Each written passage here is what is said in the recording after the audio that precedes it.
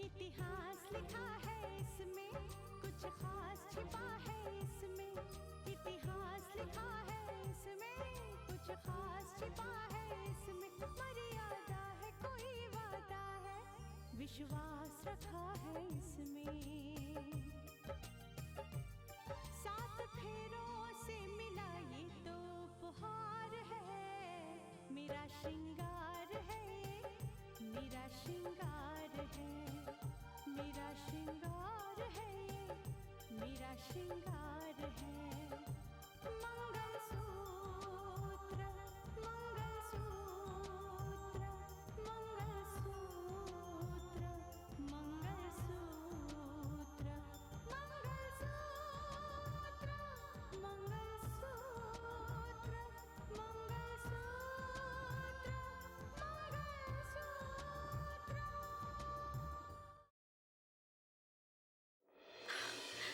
समधी जी ने साक्षी को घर से निकाल दिया है। ये क्या कह रही है? हाँ, साक्षी घर छोड़कर चली गई और किसी को भी पता नहीं कि वो कहाँ है। उनका एक बहुत बड़ा एक्सीडेंट हो गया है। देखिए, सुबह सारी रिपोर्ट आ जाएगी, उसके आधार पर ही हम कुछ आपको बता पाएंगे। अभी कुछ कहना बहुत ही मुश्किल होगा, आप सुबह तक इंतजार कीजिए। अगर उसे हमारी बात मंजूर नहीं है तो वो इस घर में कभी नहीं आएगी। मगर अब तक ये पता नहीं चल पाया है कि वो बचेगा या मरेगा।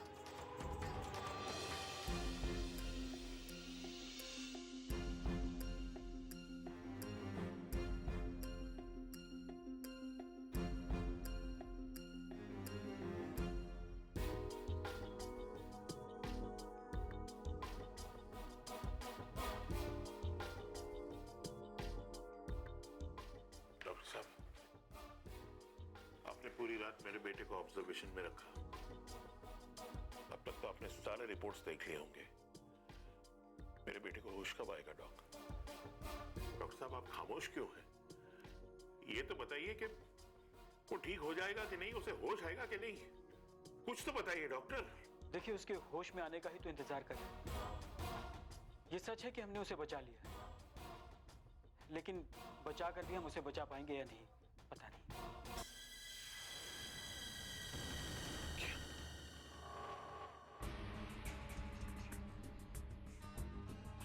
ये क्या कह रहे हैं आप डॉक्टर? डॉक्टर, मैं कुछ समझा नहीं। एक तरफ आप कह रहे हैं कि आपने उसे बचा लिया है और दूसरी तरफ आप ये कह रहे हैं कि आप उसे पूरी तरह से बचा नहीं पाएंगे। साफ साफ कहिए ना डॉक्टर। हाँ, बात ही कुछ ऐसी है। हमने उसे बचा तो लिया है, लेकिन वो जिंदा रहकर भी पूरी तरह से जिंदा नहीं। मेरा मतलब है, हम उसके होश में आने का इंतजार कर रहे थे, लेकिन सच तो यह है कि वो पूरी तरह से कोमा में जा चुका है।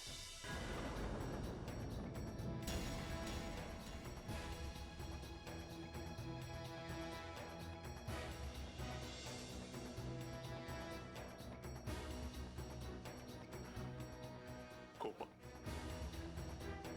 नहीं डॉक्टर, नहीं, ऐसा मत कहिए डॉक्टर, ऐसा नहीं हो सकता। गौरव मेरा इकलौता बेटा है। आप कुछ भी कीजिए, उसे बचा लीजिए डॉक्टर। मैंने कहा ना, मैं कितना भी पैसा खर्च करने को तैयार हूं, लेकिन आप मेरे गौरव को बचा लीजिए। देखिए, कोई भी डॉक्टर उन्हें कोमा से वापस नहीं ला सकता। इसके लिए आपको हिम्मत से काम लेना होगा। देखिए, आपके बेटे की सच्चाई तो यही है कि वो पूरी तरह से कोमा में जा चुका है। लेकिन डॉक्टर, वो कोमा से वापस कब आएगा? वो कब तक ठीक हो जाएगा? उसे कितने दिन लगेंगे? देखिए, ये कोई भी डॉक्टर बता नहीं सकता कि वो कोमा से कब बाहर आएगा। वो कल भी आ सकते हैं, या हो सकता है शायद सालों साल गुजर जाए। मैं क्या, कोई भी डॉक्टर इस बात की गारंटी नहीं दे सकता। आप हिम्मत से काम लीजिए मिस्टर मुंजाल, हिम्मत से काम लीजिए। खुद को संभालिए अंकल, भगवान पे भरोसा कीजिए, सब कुछ ठीक हो जाएगा। क्या ठीक हो जाएगा बेटी? है? क्या ठीक हो जाएगा? अरे इकलौता बेटा है मेरा। कल जब वो घर से निकला था तो मैंने सपने में भी नहीं सोचा था कि घर आने के बजाय वो अस्पताल आ जाएगा। क्या ठीक हो जाएगा बेटी? कैसे कैसे संभालूं खुद को? गौरव मेरी इकलौती औलाद है। इस दुनिया में उसके सिवाय मेरा और कोई नहीं है। मैं कैसे संभालूं उसको? मेरा संभालने वाला तो यहाँ पड़ा है कोमा में।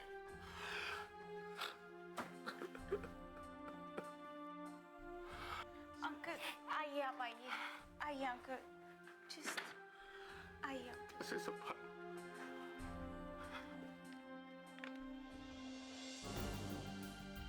शारदा, तुम्हें पता है कि स्नेहा कहाँ है? नहीं, दरअसल मैं उसके पिताजी को फोन करने ही वाली थी, फिर सोचा शायद आपको अच्छा ना लगे, इसलिए मैंने फोन नहीं किया। उन्हें फोन करने से क्या फायदा? स्नेहा गांव नहीं गई है, वो इसी शहर में। और जानती हो किसके घर में रह रही? सुंदरलाल के घर। क्या? सुंदरलाल के घर में? वही सुंदरलाल जो राकेश का मामा है, जिसके बारे में रितिका को भी शक था कि राकेश को फंसाने में उसकी भी मिली भगत थी। शक तो आज भी है पापा।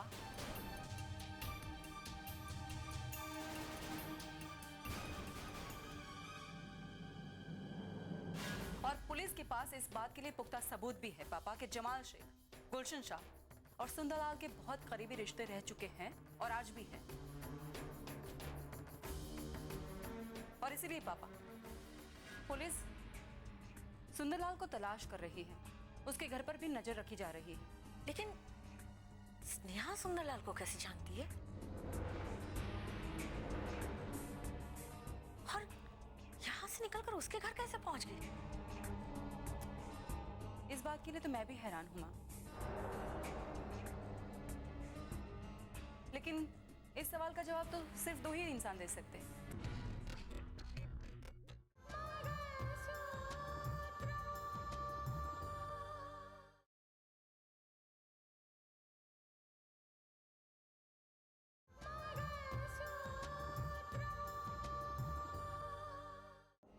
लेकिन इस सवाल का जवाब तो सिर्फ दो ही इंसान दे सकते हैं,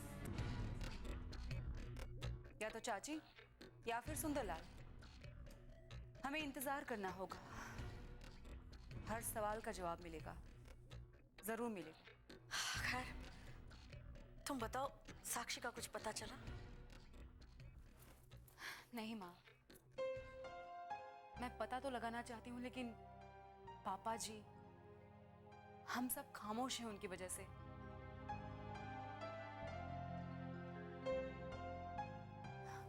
मैं मानती हूं कि साक्षी से गलती हुई है, बहुत बड़ी गलती हुई है, लेकिन उसकी एक छोटी सी गलती की वजह से आज सारे रिश्ते बिखर कर रह गए हैं माँ।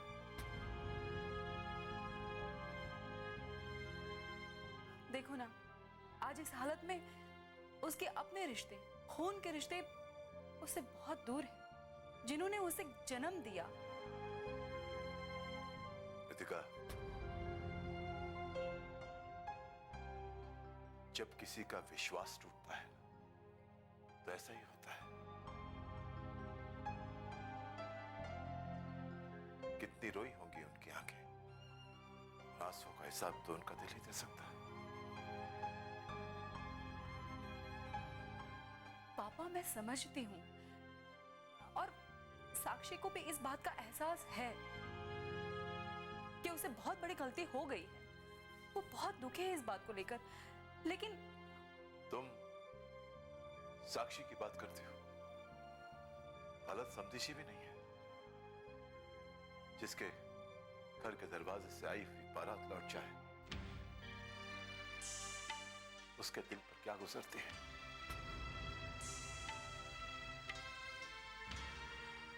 उनका सिर्फ विश्वास नहीं टूटा, बल्कि वो सारे सपने टूट गए जो उन्होंने साक्षी के लिए देखे थे।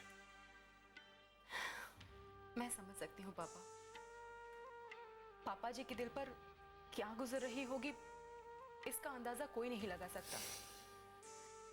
लेकिन साक्षी को इस हालत में इस मोड़ पर अकेले छोड़ देना, नहीं पापा, ये ठीक नहीं था।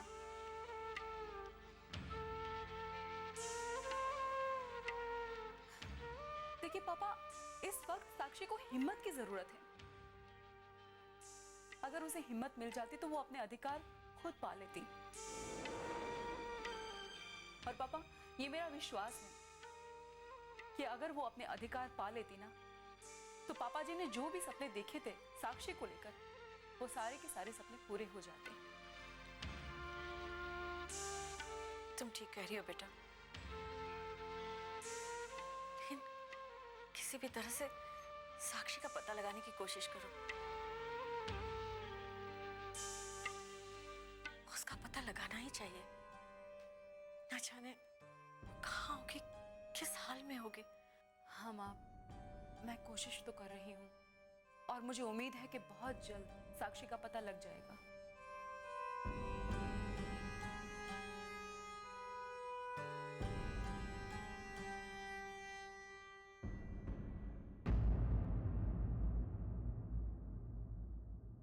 मैंने कहा ना डैड, मुझे किसी की भी ड्राइविंग पसंद नहीं है।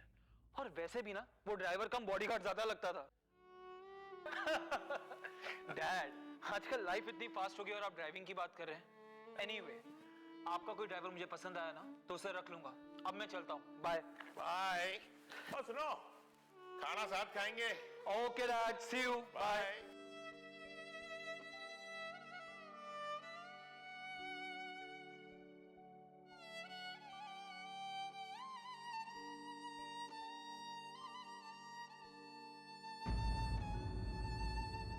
जी जी जी जी। नहीं जी, गौरव साहब की तो हालत पहले जैसी चिंताजनक बनी हुई है।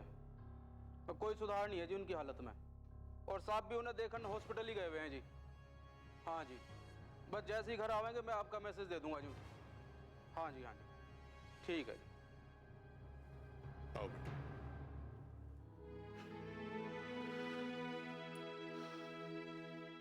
ये देखो बेटा, ये है हमारा घर, हमारी जायदाद। इतनी सारी गाड़ियां, इतनी जायदाद, इतने नौकर चाकर, इतना पैसा, आज सब बेकार हो गया। कल तक तो ये घर मानो गौरव की हंसी पे खिलखिला के हंस रहा था, लेकिन आज देखो इसे सुमसाम पड़ा है। लगता है वीरान हो गया।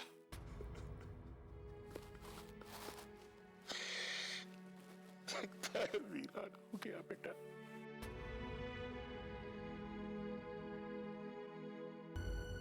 देखो बेटा, देखो इस घर को। आज ये पूरा घर रो रहा है। सचमुच वीरान हो गया है ये।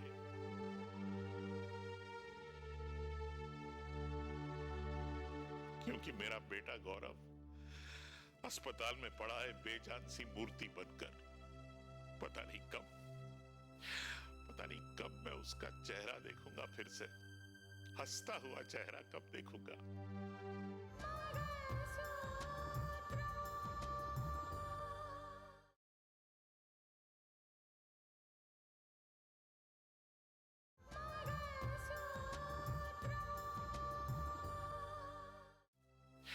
पता नहीं कब मैं उसका चेहरा देखूंगा फिर से। पता नहीं कब मैं उसको डांट पाऊंगा।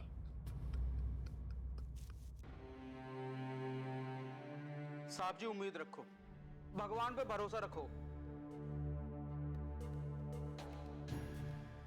गौरव साहब जल्द ही अस्पताल से ठीक होकर घर वापस आवेंगे। सब कुछ पहले जैसे ही ठीक हो जाएगा साहब जी। शेर सिंह, इतनी बड़ी जायदाद का मेरा बेटा गौरव अकेला वारिस है। अब वो ही बेचारा कोमा में पड़ा है, तो ये सब कुछ क्या काम का।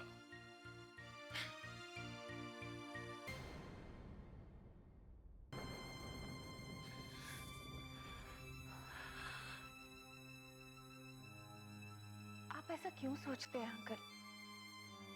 आपने सुना नहीं डॉक्टर ने क्या कहा?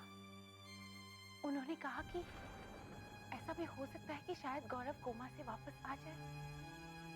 हाँ बेटा, लेकिन डॉक्टर ने ये भी तो कहा कि हो सकता है कोमा से बाहर आने में सालों साल निकल जाए। सालों साल निकल जाए।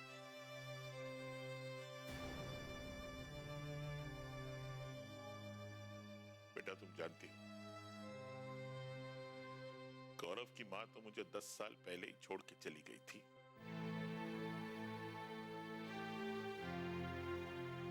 इसीलिए उससे मैंने मां और बाप दोनों का प्यार दिया है। शायद इसीलिए वो जिद्दी हो गया था किसी की बात नहीं सुनता था। तेज गाड़ी चलाने का उसे बहुत शौक था। मैंने कितना समझाया कि ड्राइवर रखो, लेकिन नहीं मानता था। कितनी बार तो उसने ड्राइवर को निकाल दिया है। देखो, देखा नतीजा। अभी एक दिन पहले ही उसने ड्राइवर को निकाल दिया था। जब कोई हादसा होने वाला होता है ना अंकल, तो अक्सर यही होता है। हर बात एक बहाना बन जाती है।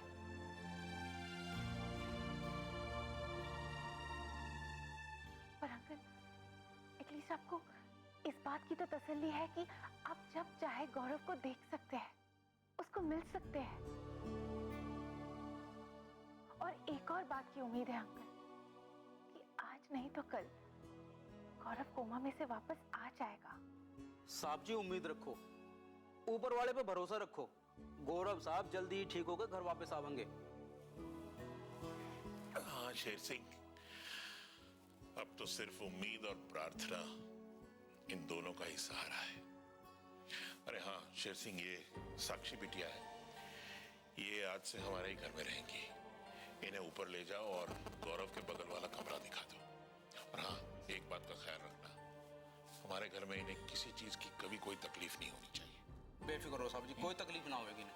जाओ जाओ आइए। जाओ। लो यो बैग मैंने दे दो। Thank you.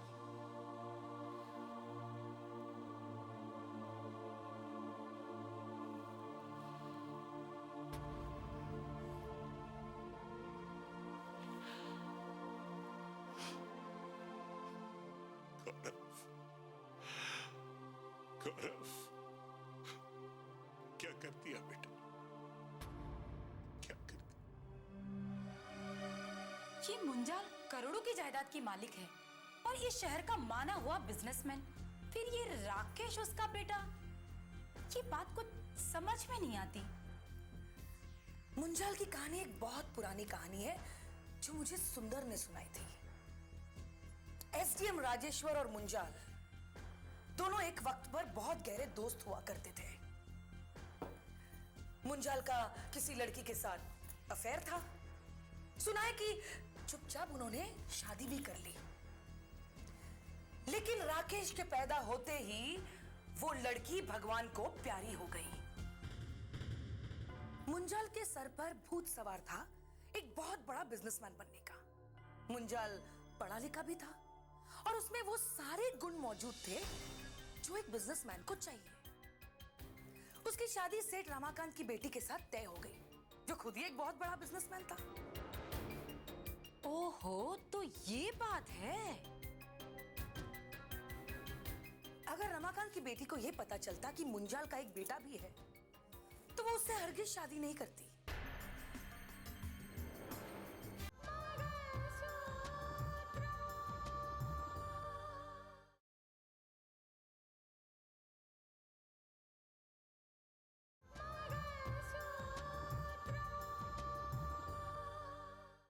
लेकिन मुंजाल को कामयाबी की सीढ़ी चढ़नी थी और रमाकांत की बेटी उसके लिए कामयाबी की सीढ़ी बन सकती थी। इसलिए मुंजाल ने एसडीएम राजेश्वर के साथ बात करके उसका बेटा राजेश्वर की गोद में डाल दिया। आज वही बेटा राजेश्वर का बड़ा बेटा राकेश कहलाता है, जो असल में उसका बेटा ही नहीं है। वाह, बड़ी अच्छी कहानी है ये तो। और इस कहानी का सुंदर को पता था, इसीलिए उसने राकेश को बदल के राकेश की जगह पे बिपिन को पहुंचाने का प्लान बनाया। हाँ, और अपना वो मोहरा बिपिन राकेश बनकर कानून से रिहा होने वाला है। उसकी रिहाई तय है। राकेश को मुंजाल के घर तक पहुंचाने के लिए कोई ना कोई तो रास्ता निकालना ही होगा। उसे ये तो याद दिलाना ही होगा कि उसके करोड़ों की जायदाद का मालिक राकेश भी है और वो आज कानून से रिहा हो चुका है। हाँ, ये बात तुमने सही कही। क्योंकि सुंदर ने मुझे ये भी बात कही थी कि जिस वक्त मुंजाल ने राकेश को राजेश्वर की गोद में डाला, उसी वक्त दोनों के बीच में ये बात तय हो गई थी कि मुंजाल कभी भी राकेश को वापस नहीं मांग सकता। लेकिन हमें उसे हर हालत में मुंजाल के घर पर पहुंचाना है। उसके लिए भी रास्ता बना दिया जाएगा। पहले राकेश को कानून से रिहा तो होने दो।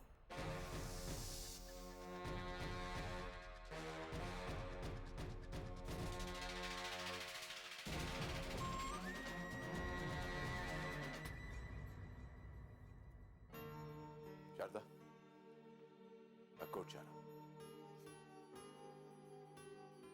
क्यों? आज मुझे तिलक नहीं लगाओगी? देखो शारदा, मानस का केस और राकेश का केस, दोनों केसेस मेरे लिए बहुत अहमियत रखते हैं। मानस को बचाना मेरी जिम्मेदारी थी, और अगर राकेश को बचा पाया तो मेरी उस गलती का पश्चाताप हो जाएगा जो मुझसे अनजाने में हुई थी। आप रुकिए, मैं अभी आती हूँ। ये लीजिए पापा, राकेश की case file. Thank you Rohit, मैं तो भूल ही गया था।